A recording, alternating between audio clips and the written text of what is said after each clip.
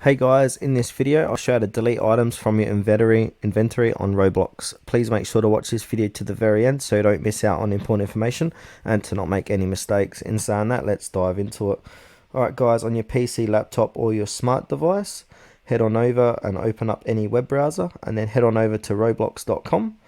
Once you're here, you want to make sure you are signed into your account.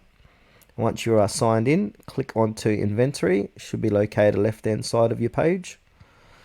And now this is where you find all your inventory and items.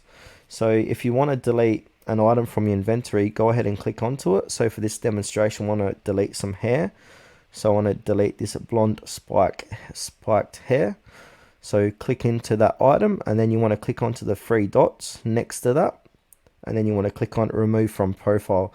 So that will delete your item from your inventory inside Roblox.